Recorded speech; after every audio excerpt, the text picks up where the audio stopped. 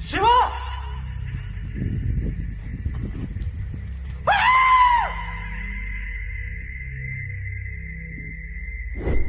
Temples. What's there inside? Just a stone, is it?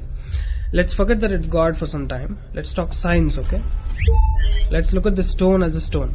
Keep your gods aside for a while. I'll tell you the basics, listen.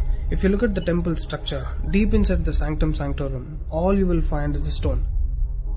6 to 7 feet or 9 feet, including the pedestal, etc. A whole lot of people are ridiculing why this much decoration to a stone. What's there in it? How can you worship this dumb stone as God? To all the idiots who are ridiculing idol worshipping, let's talk science, okay? What is it? It's a rock. What is rock? Rock is made up of metals and minerals. If you go to a valley and shout something, what does the rocks do? It will give you an echo.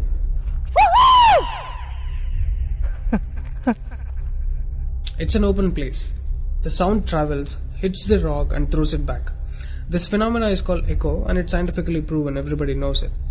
Depending on how loud you send the sound waves, accordingly rocks will throw back an echo. Every rock, that's why you will hear 2-3 sounds at different intervals. Visually you cannot see what's happening, but you can hear it. This is in open space. Imagine if you're doing it in a closed place. What would be the amount of echo? Obviously much more than the open space. Let's get inside the temple. You will find a linga or a statue made of a rock. And it's placed in a closed wall structure with a Galigopuram on the top. That means a pyramid structure with a tip pointing to the sky. There will be no ventilation. Tight packed and covered with stone walls to a precision where even the light cannot enter. Now people send some sounds to the rock. Not just today, it's been practiced since thousands of years. They are sending some sounds to the rock continuously, right from the morning to afternoon to evening till night, every day. We all know that sound has a form. To all the lower IQ people, I'm going to show you a few experiments where particles form different patterns and forms due to various types of sounds.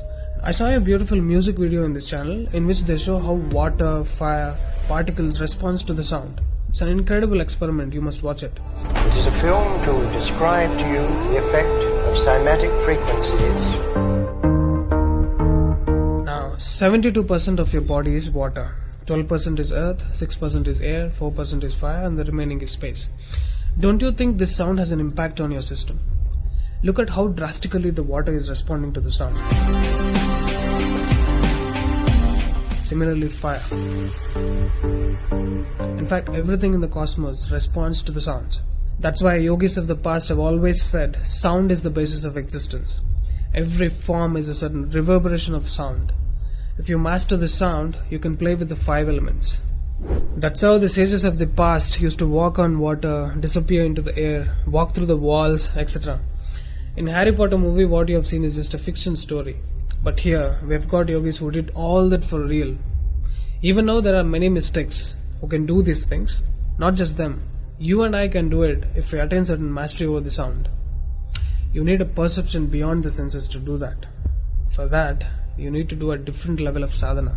You can't do that in a laboratory through some dumb experiment. All those who tried either ended up neurotic or died an utter failure.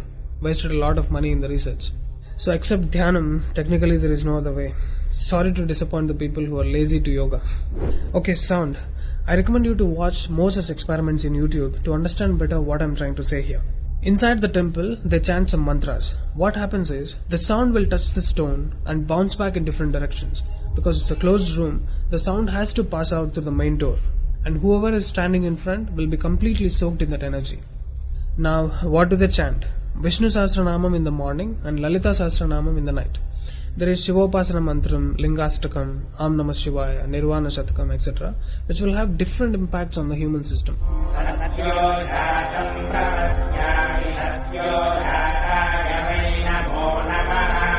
I really wanted to check what impact these sounds have on the human system. So I went to a neurosurgeon to really experiment and document the impact of these sounds on the human brain, the human system.